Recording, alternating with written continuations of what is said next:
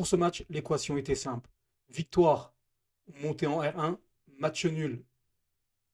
On devait attendre la dernière journée pour valider notre montée. Défaite, nous étions quasiment hors de course pour la montée.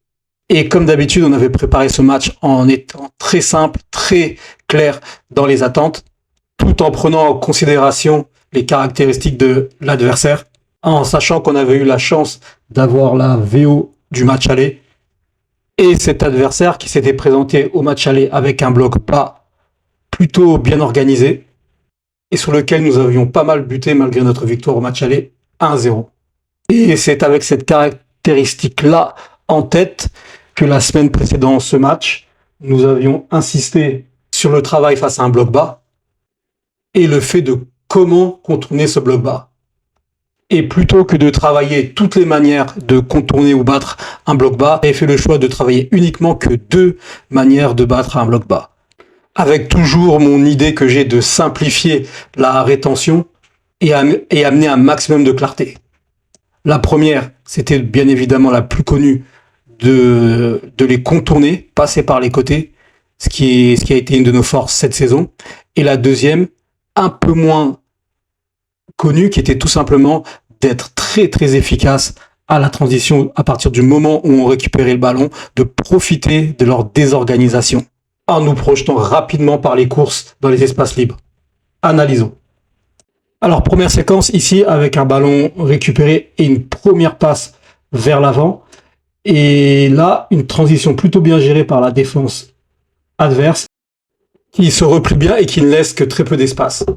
Action suivante où cette fois-ci on va pouvoir remarquer notre volonté de contourner le bloc. Donc ici on récupère le ballon, l'équipe adverse est bien en place, il n'y a pas possibilité d'attaquer rapidement l'espace dans le dos, donc on choisit de repartir sur une attaque placée en étant patient dans la construction.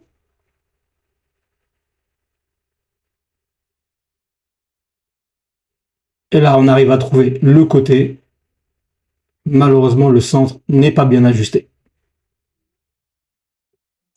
Action suivante avec de nouveau un ballon récupéré au milieu de terrain. Et là, on va retrouver les courses dans les espaces.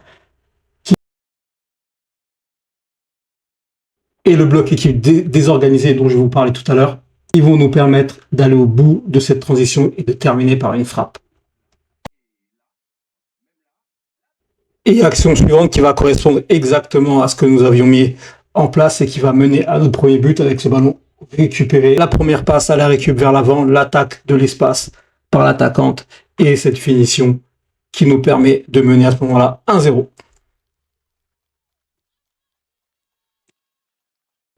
Autre situation que j'ai également trouvé très très aboutie dans notre réflexion sur le jeu, c'est cette action-là où on récupère le ballon, nos 2 premières passes sont vers l'avant.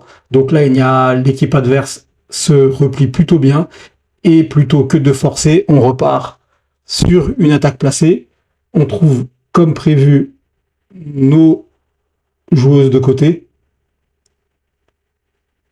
Et ici, on fait preuve d'une grande patience pour finir par un centre et une tête cadrée.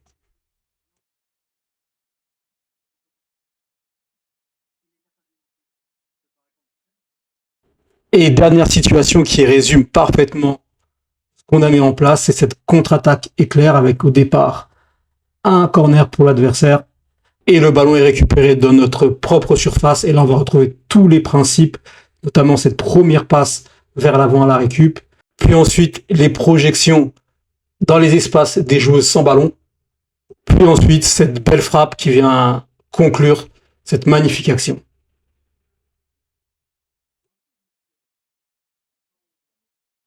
Donc voilà, match qui se terminera sur le score de 4-1 pour nous et qui validera officiellement notre montée en R1 avec ce dernier but très symbolique qui à lui tout seul résume parfaitement ce qu'on a mis en place cette saison.